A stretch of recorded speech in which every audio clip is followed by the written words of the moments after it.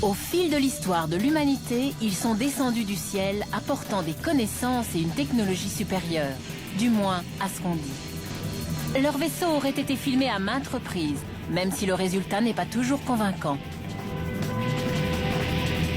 Aujourd'hui, ces fourbes d'extraterrestres capturent des terriens et leur infligent de véritables tortures. C'est en tout cas ce que racontent des milliers d'Américains qui prétendent avoir été enlevés dans des soucoupes volantes. Ils sont affreux. C'est une véritable intrusion.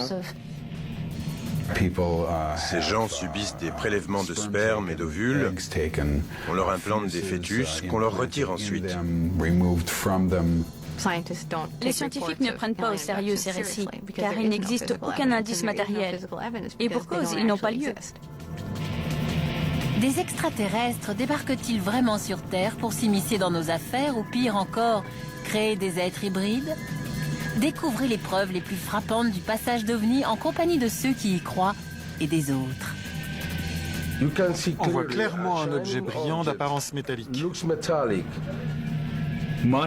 L'essentiel de ce qu'on croit à propos des ovnis et des enlèvements est d'origine culturelle et psychologique. Ça ne se passe pas là-haut, mais là-dedans.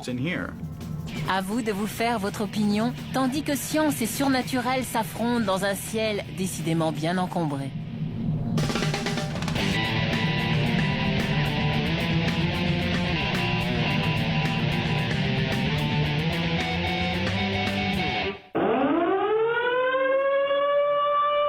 Ships of an alien source are approaching from the sky. Radio contact has been attempted but cannot be established. Instructions are to prepare for an attack by an unknown enemy. Notre relation attraction-répulsion avec les objets volants non identifiés et leurs pilotes extraterrestres dure depuis maintenant plus de 50 ans. Mais certains pensent que ces êtres existent depuis bien plus longtemps que nous et nous ont parfois même donné un coup de pouce pour nous guider dans la bonne direction. Sinon, comment expliquer la construction de la grande pyramide de Gizeh? Ou les immenses géoglyphes de Nazca au Pérou, repérables uniquement depuis le ciel? Et pourquoi des Européens de l'âge de fer auraient-ils dessiné un humanoïde dans une combinaison spatiale? Ces créatures ont découvert le moyen de venir sur Terre. Elles sont sûrement plus intelligentes que nous. Il est possible que des extraterrestres aient aidé les Égyptiens à construire les pyramides. Mais il n'en existe aucune preuve. Prétendre que l'homme n'est pas assez intelligent pour les construire lui-même est franchement insultant. Les spécialistes des ovnis, qui se qualifient d'ufologues, classent nos rencontres avec les petits hommes verts en 4 catégories. Dans les rencontres du premier type, les ovnis sont visibles de près, mais ne laissent aucune trace physique de leur passage.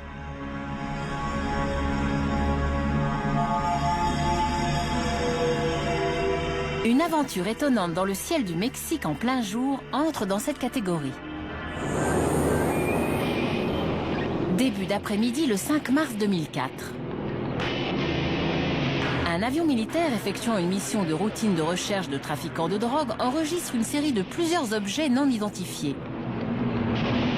Jusqu'à 11 objets sont signalés en même temps.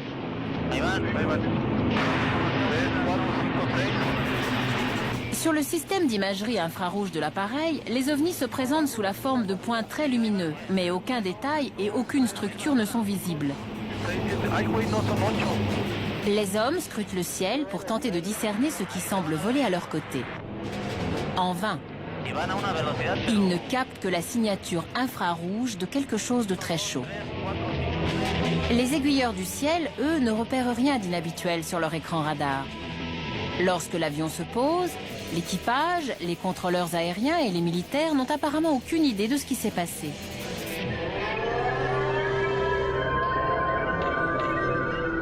Dans les rencontres du deuxième type, les ovnis ont laissé des traces physiques de leur passage. Beaucoup de gens affirment que les célèbres crop circles, ou cercles de culture, tombent dans cette catégorie. Des gens observent des boules de lumière mystérieuses au-dessus de champs de blé pour découvrir ensuite des plantes écrasées qui forment des motifs spectaculaires. Récemment, au Mexique, d'étranges formes circulaires dans de l'herbe ont été associées avec des observations d'ovnis. Viennent ensuite les célèbres rencontres du troisième type. caractérisée par un contact avec des extraterrestres, généralement par le biais de la télépathie.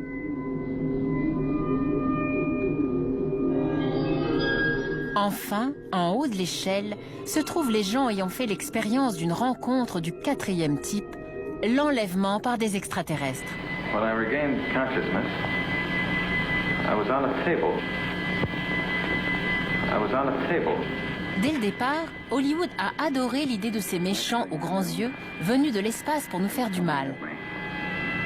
Mais pour ceux qui pensent avoir été enlevés, ce souvenir est absolument terrifiant. Ils sont affreux et repoussants. Parfois, j'aimerais pouvoir me dire que c'est un rêve, que ça n'a pas lieu, mais malheureusement, c'est vrai.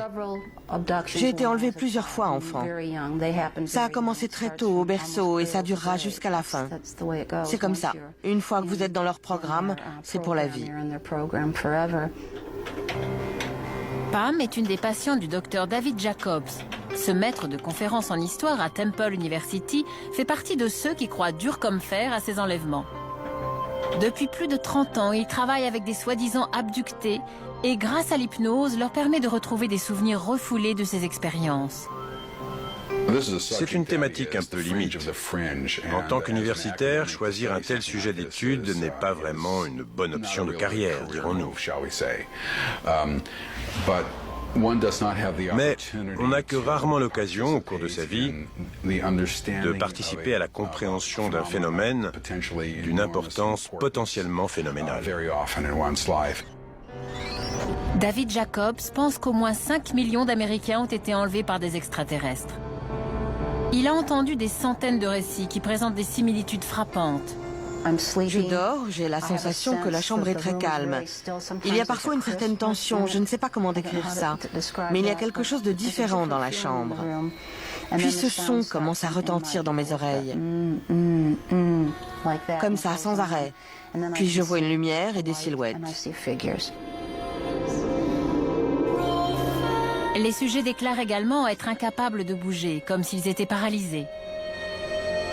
Quelqu'un ou quelque chose s'approche et les fait entrer en lévitation, avant bien souvent de leur faire traverser une fenêtre fermée.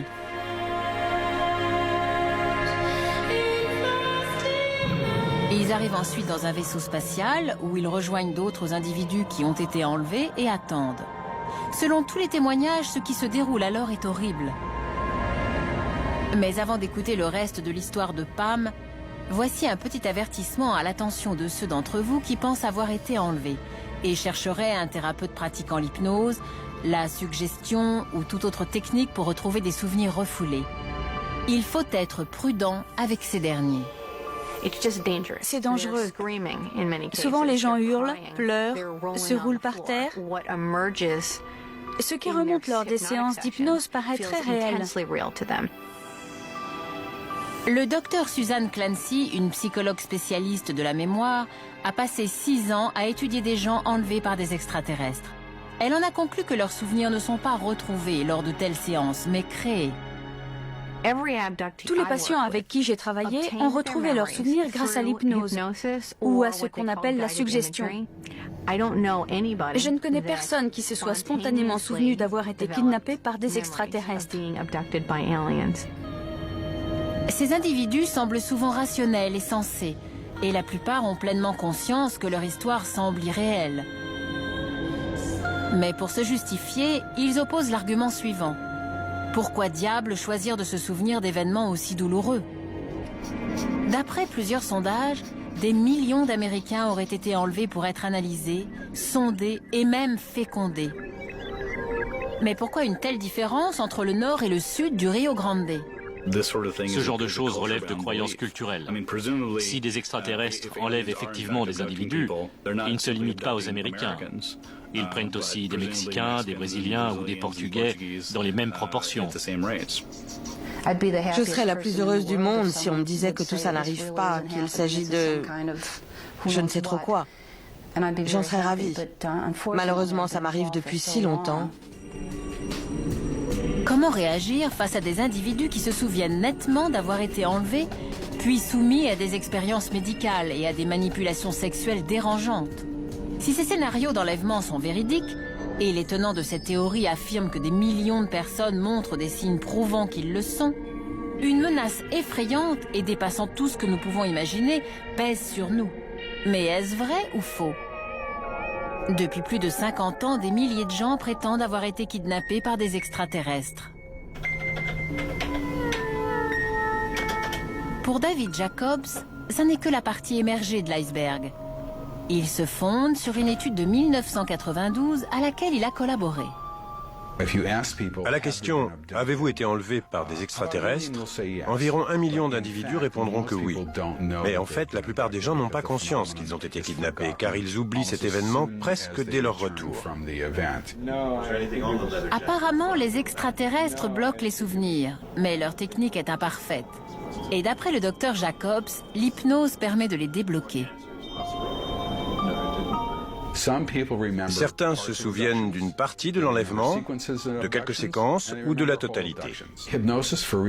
Pour des raisons que nous ne comprenons pas, l'hypnose ouvre une porte qui permet aux gens bizarrement de se rappeler des choses anciennes pour la première fois. La seule façon dont ils ont pu s'en souvenir, c'est en se plongeant dans un état psychologique très détendu et très concentré. Et leurs souvenirs font apparaître d'étranges similitudes. L'expérience de Pam est un exemple type.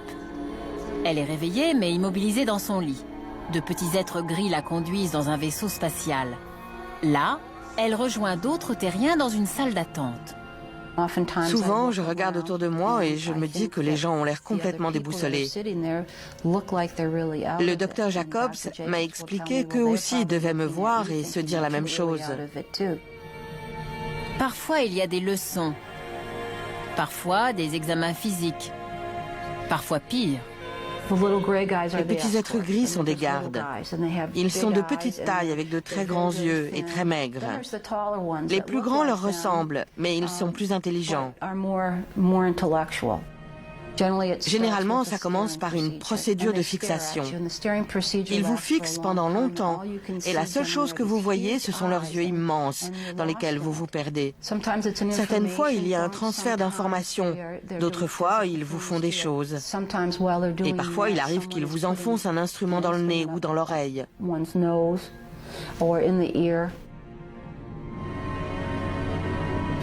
Parfois, c'est très douloureux, car ils bâclent le travail. Et il arrive que ces événements virent au cauchemar.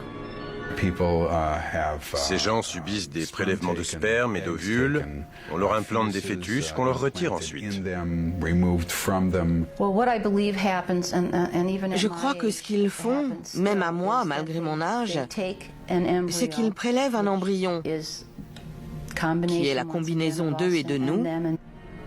Ils nous l'implantent et on le porte pendant une dizaine de semaines. Ensuite, ils le retirent et ils le mettent dans un grand bocal. On voit ce petit être qui flotte dedans. Pam n'est pas la seule à témoigner ainsi. Des milliers de gens font état de souvenirs quasiment identiques. Ils se réveillent pour découvrir une lumière dans leur chambre. Ils se sentent paralysés, terrorisés. Ils sont ensuite mis en lévitation et transportés par de petits humanoïdes gris jusque dans la salle d'analyse du vaisseau spatial.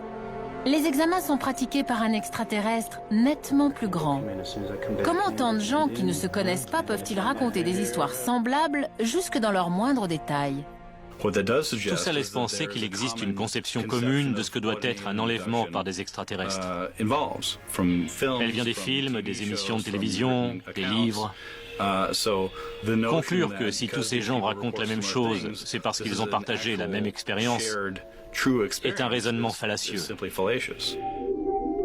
Sans parler de la méthode de récupération des souvenirs, l'hypnose. Pendant longtemps, cette pratique a été considérée comme une fenêtre presque magique s'ouvrant sur l'esprit des gens. Mais récemment, on a découvert qu'elle serait peut-être beaucoup plus efficace pour créer des souvenirs que pour les faire ressurgir. Sous hypnose, les sujets sont très réceptifs et désireux de faire plaisir à l'hypnotiseur. Quiconque a assisté à un numéro d'hypnose a pu le constater. Ce petit jeu peut être très drôle, mais peut aussi faire de gros dégâts dans le cadre d'une thérapie.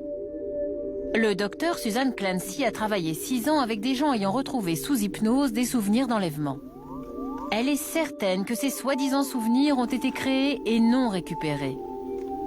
Des études récentes ont également montré que des gens très sensibles à la suggestion se rappellent en fait des souvenirs que l'hypnotiseur souhaite entendre. La vérité, c'est que nous sommes sensibles à des signaux que nous envoie l'environnement ou l'hypnotiseur. Réchauffez-vous avec vos bras, roulez-vous en boule, vous avez de plus en plus froid. Donc ça n'est pas fiable, car vous créez des souvenirs qui paraissent véridiques. Et ni vous, ni le thérapeute n'êtes en mesure de savoir s'ils correspondent ou non à la réalité. David Jacobs réplique qu'il n'a jamais incité un patient à se souvenir d'un enlèvement. En tant qu'hypnotiseur, je suis conscient de ces problèmes, tout comme la plupart des gens qui viennent me voir d'ailleurs. Ils ne veulent pas qu'on leur fasse évoquer des images sorties de la culture populaire. Les gens vont les voir parce qu'ils croient avoir été enlevés par des extraterrestres. Ils en sont suffisamment convaincus pour aller consulter quelqu'un qui va les aider à valider cette idée. Et en soi, c'est suffisant. Se peut-il qu'il existe un autre facteur, biologique peut-être, pour expliquer ces histoires d'enlèvement? De récentes recherches sur le sommeil pourraient nous apporter de nouveaux éléments de réponse. J'ai essayé de m'endormir dans mon lit pendant un moment. Mais tout d'un coup, mon corps s'est complètement raidi. Même si j'étais conscient, je ne pouvais absolument pas bouger. J'ai senti une présence près de moi. J'avais l'impression qu'il y avait quelque chose à mes pieds. J'ai vu une apparition, une femme très pâle, courbée, qui me dévisageait. Ceci vous rappelle les premières étapes d'un enlèvement par des extraterrestres? D'après le spécialiste japonais du sommeil, le docteur Kazuhiko Fukuda, ce n'est pas un hasard. J'aime bien les histoires d'enlèvement par les extraterrestres et la science-fiction. Mais je doute fort que tout ça existe. La plupart des gens qui pensent avoir été enlevés vivent tous la même chose. Ils se réveillent en pleine nuit et constatent qu'ils ne peuvent plus bouger. Ils sentent une présence dans leur chambre qui serait celle d'un extraterrestre. Toutes ces sensations ont une explication, la paralysie du sommeil.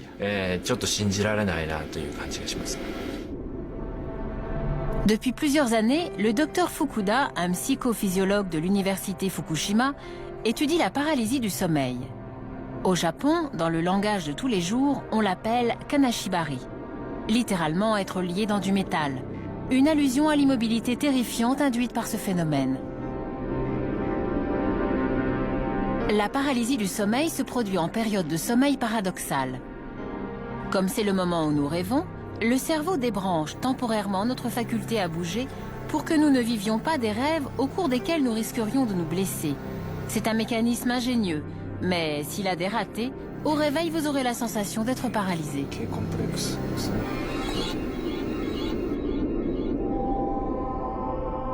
En laboratoire, le docteur Fukuda tente de recréer la paralysie du sommeil. Il applique des électrodes sur la tête de ses sujets pour surveiller l'activité des ondes cérébrales pendant leur sommeil. Il y a une grosse différence entre les ondes cérébrales des périodes de rêve en phase de sommeil paradoxal et de l'état kaneshibari de ce même sommeil. Nous avons découvert que l'état kaneshibari du sommeil paradoxal est très proche de celui de l'état de veille. Donc lorsque quelqu'un a fait l'expérience de la paralysie du sommeil, il a l'impression d'être éveillé. Lorsque le sujet atteint l'état de sommeil paradoxal voulu, à mi-chemin entre le rêve et l'éveil, le docteur Fukuda interrompt son sommeil et lui demande de décrire ce qu'il a ressenti à ce moment précis. Beaucoup disent qu'ils rêvaient et certains font état de sensations s'apparentant à la paralysie du sommeil. Mes mains étaient comme paralysées. Certains ont des hallucinations. Ils ressentent par exemple un poids sur la poitrine ou l'estomac. Et lorsqu'ils ouvrent les yeux, ils découvrent qu'il y a quelqu'un assis sur eux ou debout à leurs pieds. D'autres entendent des bruits bizarres ou ont l'impression que leur corps flotte. Pour le docteur Clancy, les résultats obtenus par le docteur Fukuda sont convaincants. Pendant 6 ans, elle a constaté que tous ces sujets ont fini par croire aux extraterrestres après avoir décrit des symptômes concordants avec ceux de la paralysie du sommeil. Vous vous réveillez au milieu de la nuit, vous ne pouvez plus bouger, vous êtes paralysé. Mais vous pouvez tout de même voir et entendre. Les gens décrivent des silhouettes fantomatiques ou ont l'impression de flotter dans l'air. Donc, vous rêvez, mais vous avez la sensation d'être éveillé.